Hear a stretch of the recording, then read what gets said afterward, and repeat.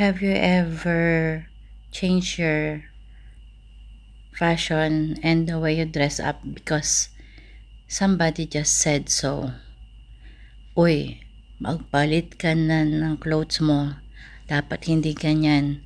Uy, yung buhok mo wag na rin ganyan. Uy, by the way, di ka na bata.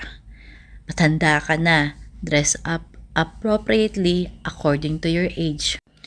So, kailangan ba pag 45, mag-plain na rin ako at walang design yung clothes ko?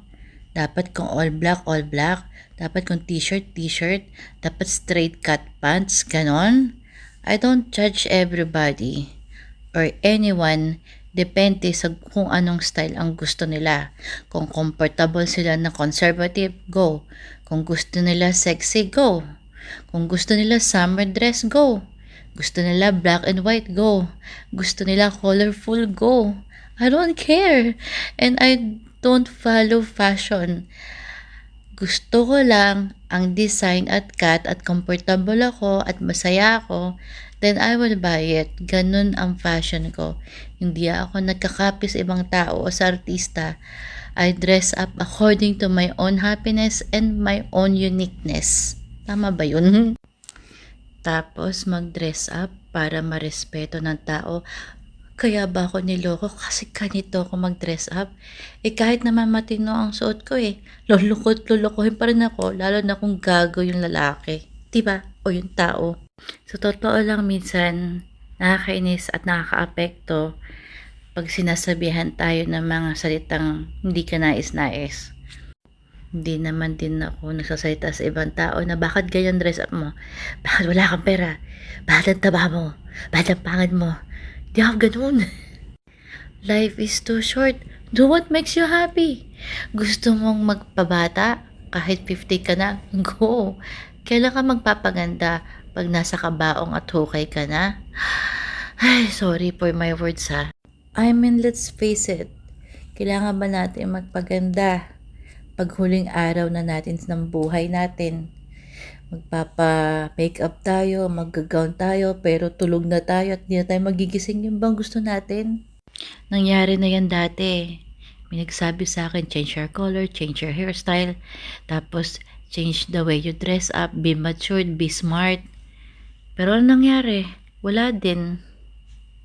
Ang nangyari, naghiwalay din. Alam nyo, hindi naman dahil sa pagdadress up is dun yung pagiging maturity mo. Hindi rin sa dress up kailangan kang galangin ng tao. You dress up kasi masaya ka. You dress up kasi yun ang gusto mo. You dress up kasi komportable ka. Huwag kang mag-dress up kasi may nag-utos. Mag-dress up ka sa sarili mong taste. Gusto mo yung pantalon, go. Gusto mo yung t-shirt, go. Kasi yun yung taste mo. Then dun ka mag-dress up. Huwag dahil sa ibang tao ha. Hindi dahil utos ng iba. Kung maganda tingin mo sa sarili mo, then go. Lahat ng tao ay iba-iba. May simple, may fashionable. Hindi naman lahat ng simple ay sinasabihan ko na be fashionable. Kaya hayaan nyo na yung mga tao. Ang maganda ngayon ay mamuhay ng masaya. Wala na tayo sa era ng self-pity, self-centered. At saka yung mga basta yun na yun. I just want you to be happy, guys. Mahirap talagang deadmahin ang mga kuro-kurong naririnig mo sa tabi-tabi. Kasi lahat tayo ay nagpapa-apekto.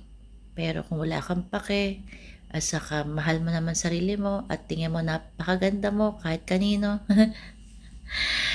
go lang. Mabuhay ka hanggang gusto mo. Magpakaganda ka. You want to buy the clothes? Go. You want to be fashionable? Go.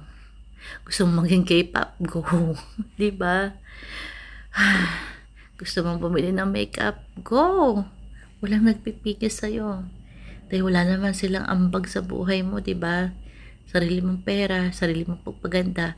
Kaya just be happy and have fun for the rest of your life.